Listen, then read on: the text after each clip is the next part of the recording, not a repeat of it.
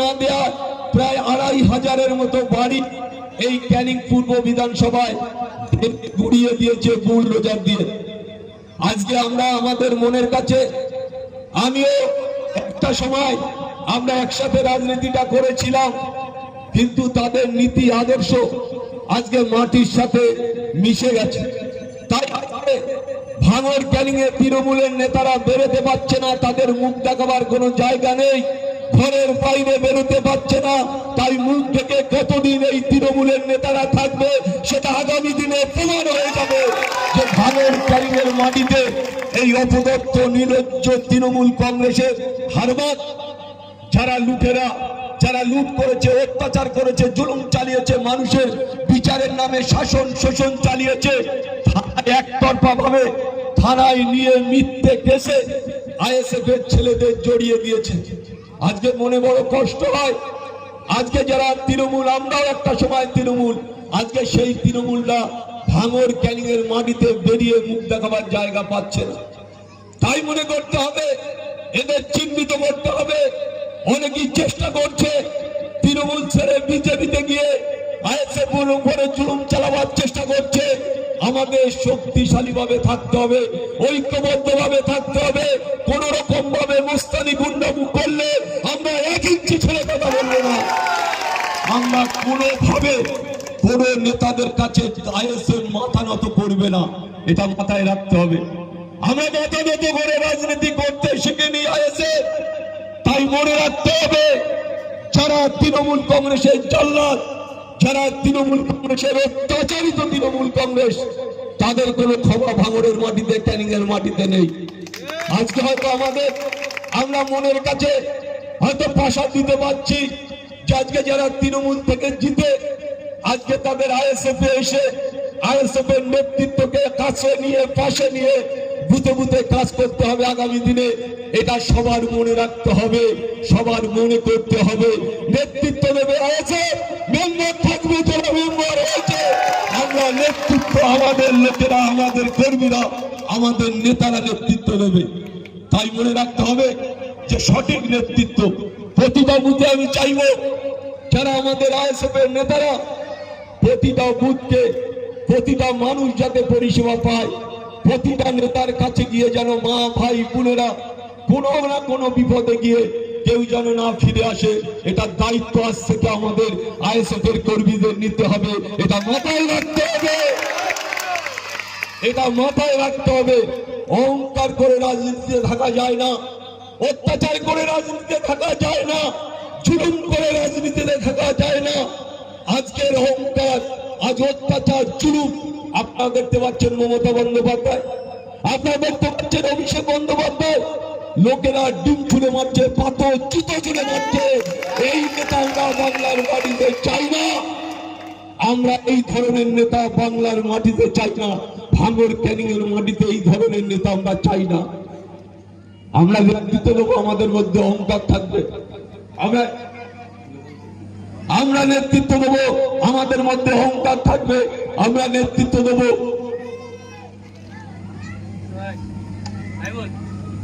যে আমাদের উপরে আমরা বাদশাহ হয়ে বসে থাকবো। এই নেতৃত্ব কিন্তু আমরা আইএসএফ চাই না।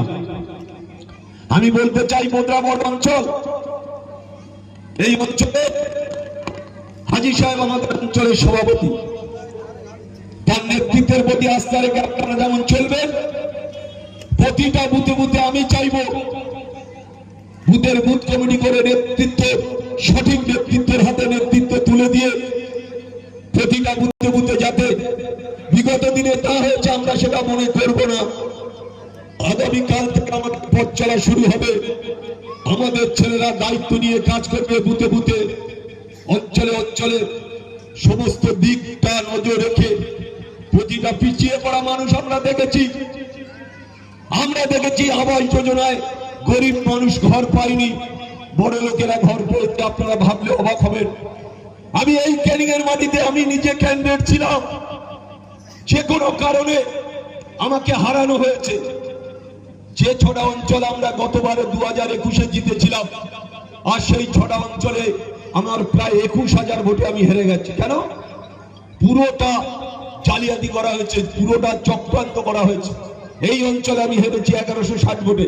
ভাবা যায় আমার ছিল আমি 10,000 থেকে 11,000 ভোটে এই অঞ্চলে আমি জিতবো, সেখানে আমরা হেরেছি। তাতেও কোনো দুঃখ নেই, মনের কাছে মেনে নিয়েছি যে তাতেও কোনো দুঃখ নেই।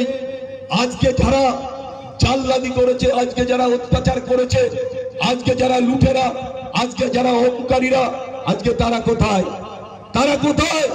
যিনি এখান থেকে জিতে দেন সে বাদশা কোথায়? লুকিয়ে আছে। এদের লুকিয়ে থাকা ছাড়া আর কোনো উপায় নেই। ভাঙড় ক্যানিং এর মানুষ এদের ক্ষমা করবে না। এদের কোন রকম ভাবে অত্যাচার যারা করে তারা এলাকায় থাকতে পারে না, আগামী দিনে থাকবে না, এটা মাথায় রাখতে হবে। তাই আমি বলবো যে আজকে আমাদের যারা আইএসএফ এর নেতৃত্ব, তারা অত্যন্ত লড়াই করেছে। তারা লড়াই করেনি এ কথা আমি বলবো না, তারা লড়াই করেছে, খেটেছে, তারা পরিশ্রম করেছে। এই ক্যানিং এর মাটিতে একটার পর একটা লড়াই হয়েছে, কিন্তু এবারে খোদার কল বাতাসে নড়েছে, সরকার চলে গেছে। আজকে বাবুরা আর মাথা তুলে দাঁড়াবার জায়গা পায়নি। একটা কথা মনে রাখতে হবে যে মমতা বন্দ্যোপাধ্যায় সরকার, এই সরকার দুর্নীতির পাহাড় পরিমাণ দুর্নীতি করেছে। আমরা দেখেছি সিপিএম 34 বছর চালিয়েছে। সিপিএমরা কি করেছে সেটা বড় কথা নয়।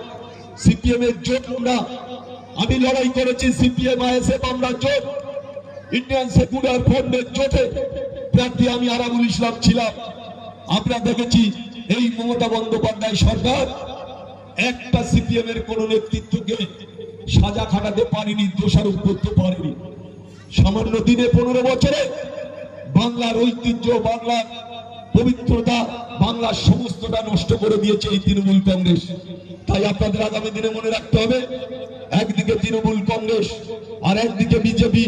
আমাদের দুই দিকে নজর রেখে এই তৃণমূল আর এই বিজেপি যাতে এলাকায় ঢুকে সন্ত্রাস না করতে পারে সেটা সবার দায়িত্ব নিতে হবে। আগামী দিনে লড়াই হবে ইঞ্চিতে ইঞ্চিতে, এটা জেনে রাখতে হবে। তাই আমরা চাই শান্তি, আমরা চাই সার্বিক উন্নয়ন, আমরা চাই পবিত্রতা, আমরা চাই নম্র, আমরা চাই ভদ্রতা। এটা আমাদের মাথায় রাখতে হবে। অনেকে অনেক কথা বলে আরাবুল সম্পর্কে, আমি একটা কথা চ্যালেঞ্জ করে বলতে পারি, কোনদিন আরাবুল মুস্তানি করেনি, কোনদিন আরাবুল বোম নিয়ে কারুর ঘরে মারেনি। কিন্তু টিভি মিডিয়ার মাধ্যমে আপনারা দেখেছেন যে আরাবুলকে বদনাম করার জন্য মিডিয়ারা যথেষ্ট। তাই আমি শুধু একটা কথা বলবো, আমি মানুষকে বিশ্বাস করি, আমি আল্লাহকে বিশ্বাস করি, আমার ধর্মকে আমি বিশ্বাস করি, আমার ইসলাম ধর্মকে আমি শ্রদ্ধা করি, আমি ইসলাম ধর্মের একজন মানুষ। তাই আমার মনে রাখতে হবে যে আমার অহংকার, আমার অন্যায়, আমার অত্যাচার আমি এটা জীবনে রাজনীতিতে করিনি।